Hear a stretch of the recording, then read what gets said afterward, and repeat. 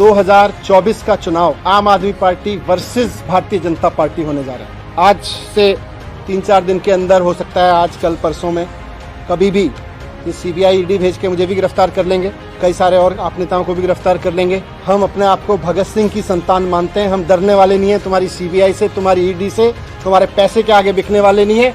हमको नहीं तोड़ पाओगे तुम, हमको नहीं झुका पाओगे। आज मैं कह रहा हूँ, हम देश के लिए जान भी कुर्बान करेंगे, हम देश के लिए जेल भी जाएंगे। अगला चुनाव तो अब मोदी वर्सेस अरविंद केजरीवाल होकर रहेगा। मुद्दा तो एक्साइज पॉलिसी या भ्रष्टाचार है ही नहीं तो अगर एक्साइज पॉलिसी का भ्रष्टाचार होता तो आज गुजरात में रेड हो रही होती। हुज ट्रेजेडी हो गई गुजरात में। कौन कर रहा है वहाँ पे? सीबीआई रेड नहीं कर रहे, वहाँ पे ईडी रेड नहीं कर रही, इनके एक दो लोग हैं वो करा रहे हैं, 10,000 करोड़ की चोरी कर ले रहे हैं लोग।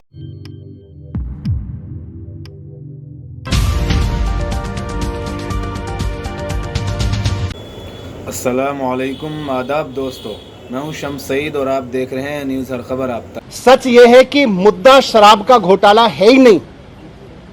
इनको शराब के किसी घोटाले की चिंता नहीं है, इनको घोटाले की चिंता नहीं है।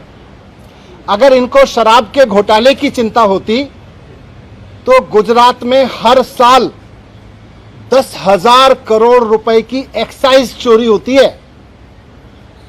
अगर शराब की, एक्साइज की चोरी की अगर चिंता इनको होती, एक्साइज के घोटाले की इनको चिंता होती, तो आज ये सीबीआई का पूरा हेडक्वार्टर गुजरात में शिफ्ट करा देते 10,000 करोड़ का घोटाला रोकने के लिए। और यही लोग करवा रहे हैं, जो लोग सीबीआई को इंस्ट्रक्शंस दे रहे हैं ना, यही लोग गुजरात में 10,000 करोड़ रुपए की एक्साइज की चोरी कर रहे हैं।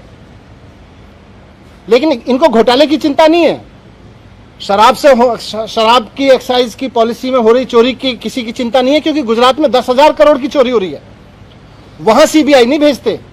अगर घोटाले की चिंता होती तो ईडी का दफ्तर वहां खुल जाता, ईडी का पूरा हेडक्वार्टर वहां शिफ्ट हो जाता, वहां नहीं हो रही कोई धरपकड़। इसलिए मुद्दा तो करप्शन है ही नहीं, मुद्दा तो शराब का घोटाला है ही नहीं, मुद्दा तो घोटाला है ही नहीं।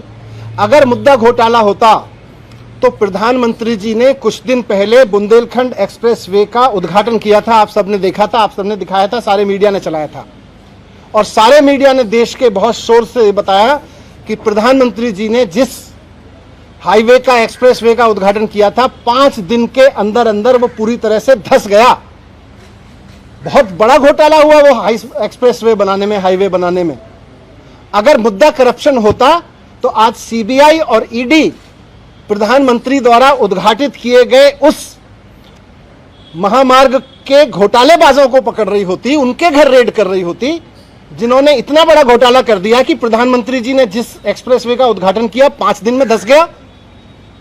वो है घोटाला। लेकिन जैसा मैं कह रहा हूं, मुद्दा घोटाला है ही नहीं। शराब या एक्साइज की चोरी इनकी परेशानी है ही नहीं, इनकी परेशानी है अरविंद केजरीवाल।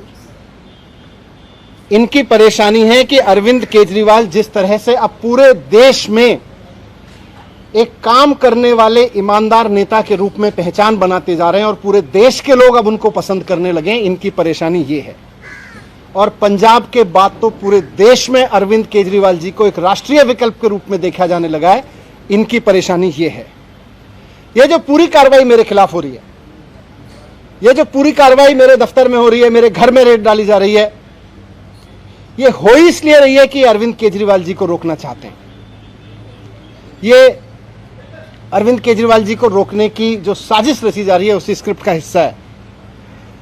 आप सब जानते हैं, देश जानता है कि अरविंद केजरीवाल जी की सबसे बड़ी ताकत है कि वो एक बहुत कट्टर ईमानदार नेता है। मोदी जी का रुख यह है कि उनको अगर कोई अच्छा काम करता हुआ दिखता है तो वो उसके काम को रोकना चाहते हैं, उसके काम को साजिश के तहत रोक के उसके लोगों को और उसको सीबीआई और ईडी का डर दिखा दिखा के उसको रोकना चाहते हैं। 2 दिन पहले अरविंद केजरीवाल जी ने make in India campaign launch किया। देश को नंबर 1 बनाना है, शिक्षा के जरिए, स्वास्थ्य के जरिए, रोजगार के जरिए। इस पे तो सारे देश को गर्व है।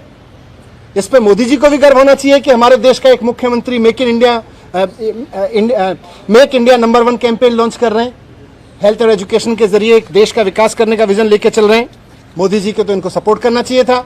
लेकिन जिस दिन अरविंद केजरीवाल जी ने मेक इंडिया नंबर 1 कैंपेन जारी किया, उसके 2 दिन के अंदर अंदर मोदी जी ने केजरीवाल जी के एजुकेशन मिनिस्टर के यहाँ पे सीबीआई की रेड करवा दी। केजरीवाल जी गरीबों के लिए, आम मिडिल क्लास आम आदमी के लिए काम करते हैं, उसके लिए सोचते हैं। मोदी जी केवल और केवल अपने कुछ करोड़पति अरबपति लोगों के लिए, अपने कुछ अरबपति दोस्तों के लिए सोचते हैं, उनके लिए काम करते हैं। केजरीवाल जी 24 घंटे देश के लिए सोचते हैं कि कैसे देश को आगे बढ़ाया जाए, कैसे सारे बच्चों को अच्छी शिक्षा दी जाए, कैसे किसी गरीब से गरीब आदमी का इलाज करवा दिया जाए। मोदी जी 24 घंटे ये सोचते हैं कि कौन से राज्य में पोजीशन की सरकार है, उसको पैसे देके या सीबीआई का डर दिखा के या ईडी का डर दिखा के कैसे उसको गिरा दिया जाए। मोदी जी 24 घंटे ये सोचते रहते हैं।